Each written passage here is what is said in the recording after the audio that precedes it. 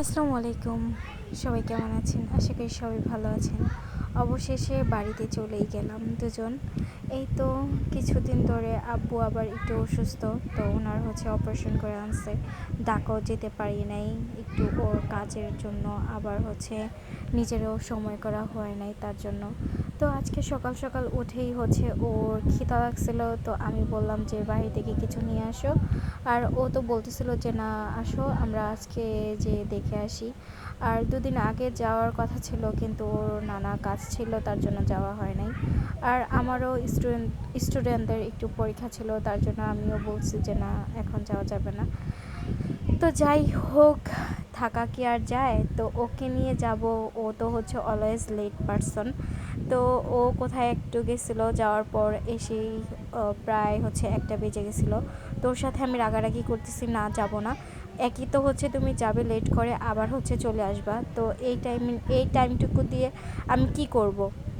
যে ভালো মতো কারোর সাথে কথাও বলতে পারবো না, একটু দেখা সাক্ষাৎও করতে পারবো না, মানে একটু বাড়িতে একটু সময় দিতে পারবো না। এই তো বলতে বলতেই আমার ফ্রেন্ডদের বাসায় চলে আসছিলো। তো রুবিনাকে অনেক বেশি মিস করতেছিলাম, যে না থাকলে হয়তো বা দেখা হইতো, কিন্তু ও ঢাকা।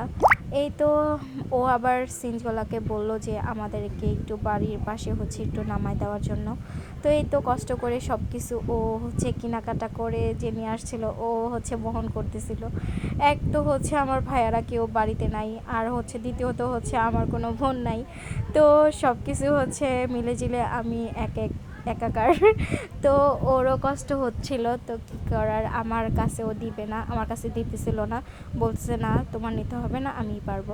তো এই তো আমাদের বাচ্চা কাচ্চারা দেখে দুষ্টুমি করতেছিল, তো এসেই ঠান্ডা শরবত খেয়ে ফেললাম, খেয়ে আর চারপাশটা দেখতেছিলাম। তো এই তো যেহেতু অলওয়েজ আমরা 1টা বাজে রওনা দিছি, যেতে যেতে প্রায় 1 ঘন্টা, 2টার কাছাকাছি। তো এখন এসেই আমরা মানে খাবার খেতে বসে পড়লাম।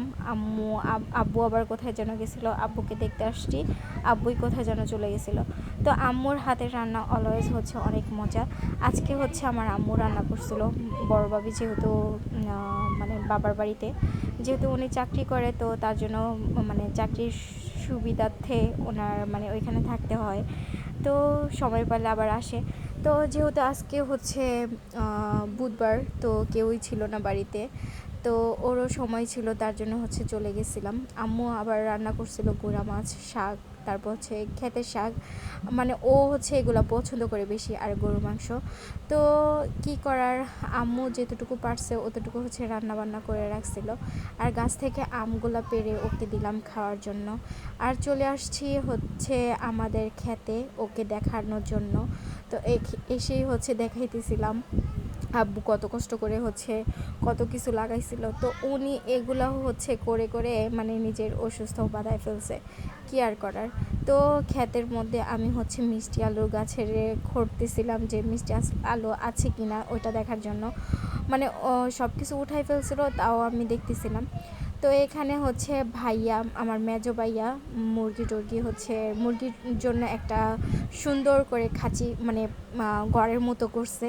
তো এটা সম্পূর্ণ ভাসমানের মতো, পুরাটাই আমাদের খাল বলে না, খালের এখানে আর কি। তো এখান দিয়ে মাটি যেতে যেতে এরকম হয়ে গেছে। তো ওনার মুরগি টুরগি দেখে, পাখি টাখি দেখেই ওনার পোকা চাষগুলা দেখতেছিলাম আমি। ওগুলার কালোগুলা হয়তো বা লেডি বাগ, আমি জানি না মেবি। আর ওটা কি ছিল ওইটাও বলতে পারি না। তো ওগুলা দিয়ে দেখে আমি একটু বলতেছিলাম, তুহিন বলতেছিল না এগুলা মুরগির খাবার, এগুলাকে খাওয়ানো যায়। তো ওকে আমি আবার ওইখানে বসে ঠান্ডা তরমুজ কেটে দিছিলাম, ওগুলা খাইতেছিল। তো এই তো আব্বু অবশেষে ওনার বাসায় বসে থাকতে ভালো লাগে না, তো উনি চলে আসছিল। তো কথা বলার শেষ করে আমরা আবার প্রায় সন্ধ্যার দিকে চলে আসব। তো আব্বু আবার কষ্ট করে আমাদেরকে আগায় দিতে আসছিল। এই তো যতটুকু টাইম পাইছি ওনাদের সাথে কাটাই আসলাম, আর নেক্সট টাইম আমি আবার বাবার বাড়িতে যেয়ে থেকে আসবো।